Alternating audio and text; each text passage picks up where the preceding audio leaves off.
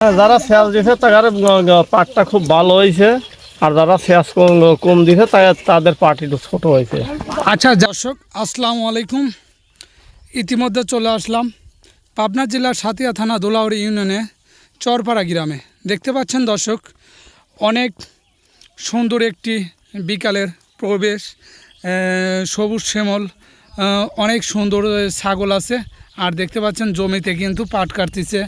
এই পাট কাটতেছে কৃষক ভাইয়ের সঙ্গে কিছু কথা বলবো, এবারকার পাট কীরকম ফলন হয়েছে দর্শক।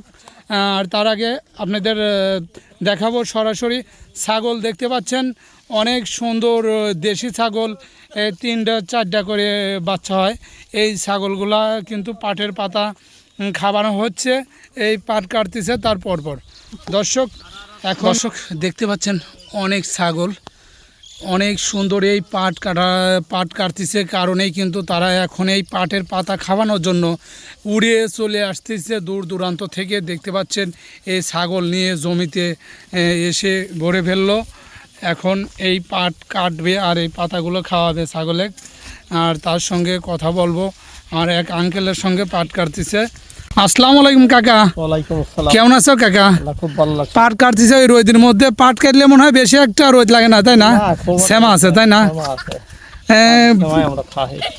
এবার পাটের কিরকম ফলন হয়েছে কাকা? 8 থেকে 9 মণ ফলন। 8 থেকে 9 মণ, 1 বিঘি বুঝ। হ্যাঁ, 9 মণ 10 মণ। তাহলে তো এবার ব্যাপক পরিমাণ খরচ।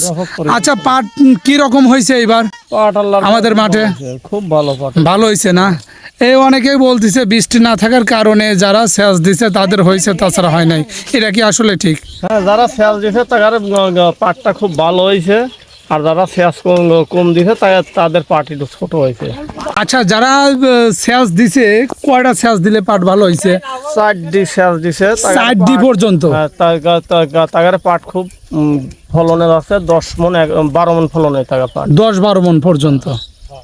তাহলে তো কৃষক এবারে যে দোয়াতে, তারপরে হচ্ছে যে কাটতে, এগুলোতে অনেক ক্ষতি বা লাভ হবে না বেশি একটা? লাভ হবে। আচ্ছা, পাটের বাজার কত হইলে ভালো হবে কৃষকের? পাটের বাজারে কোন নির্দিষ্ট নেই। পাটের বাজার 3000-3200 টাকা বাজার হলে পরে মোটামুটি ভালো হয়, কৃষকের একটু ভালো হবে, এই তো।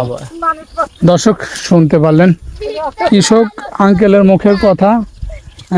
দেখতে পাচ্ছেন আসলেই পাটের বাজার 4-এর উপরে থাকতে হবে যদি কৃষকের কিছু একটা লাভবান পেতে পারে।